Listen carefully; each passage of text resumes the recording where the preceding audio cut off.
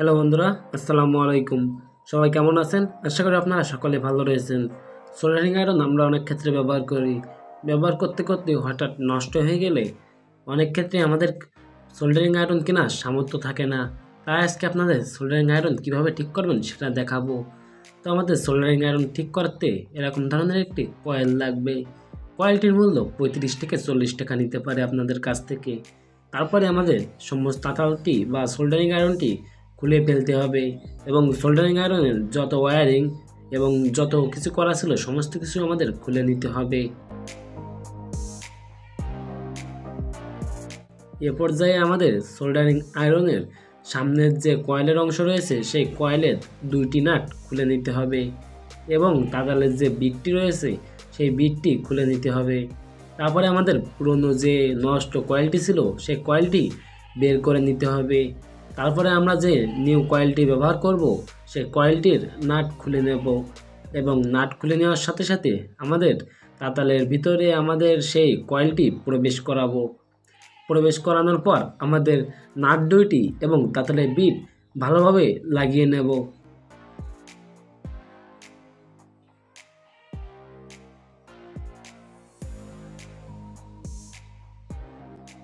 এখন আমাদের 2টি হিটসিং টিউব প্রয়োজন পড়বে।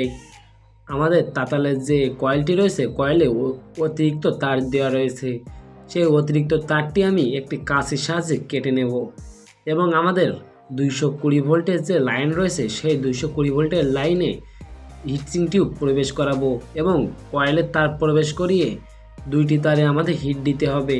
তো আমি 2টি তার আগে ভালোভাবে পেঁচিয়ে নিয়েছি এবং পেঁচিয়ে নেওয়ার পরে আমাদের হিটসিং টিউব 2টি তারের ভিতরে দিয়ে নিয়েছি এবং আমি হিটসিং টিউব ভালোভাবে তাপ দেব এবং যতক্ষণ না পর্যন্ত আমাদের হিটসিং টিউব 2টি চুপসে যাচ্ছে সেই পর্যন্ত আমরা অপেক্ষা করব।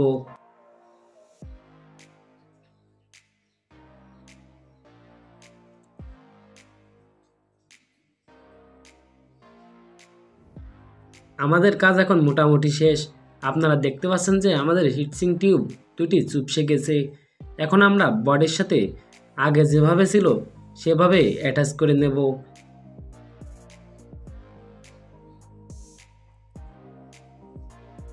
এবং আগে যে নাটগুলি যেভাবে ছিল বডিটিও আমরা সেভাবে দিয়ে আটকিয়ে নেব। তো আপনারা এভাবে করলে খুব সহজে আপনারা করে নিতে পারবেন এবং আপনারা খুব সহজে বাসাবাড়িতে নষ্ট সোল্ডারিং আয়রনকে এভাবে ঠিক করে নিতে পারবেন।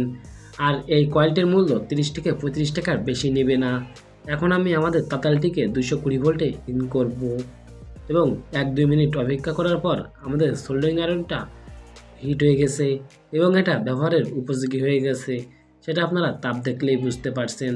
এখন আমরা এখানে যদি সোল্ডারিং লেড দিই তাহলে খুব সহজেই আমাদের এটা সোল্ডারিং লেড গলাতে পারবে।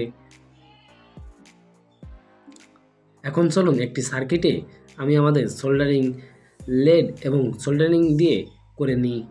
তো আমরা একটি সোল্ডারিং ওয়্যার দিয়ে যে কোনো স্থানে সোল্ডারিং করলে খুব সহজে সোল্ডারিং করা যাচ্ছে আর এটার মাধ্যমে আপনারা আগের মতোই ব্যবহার করতে পারবেন।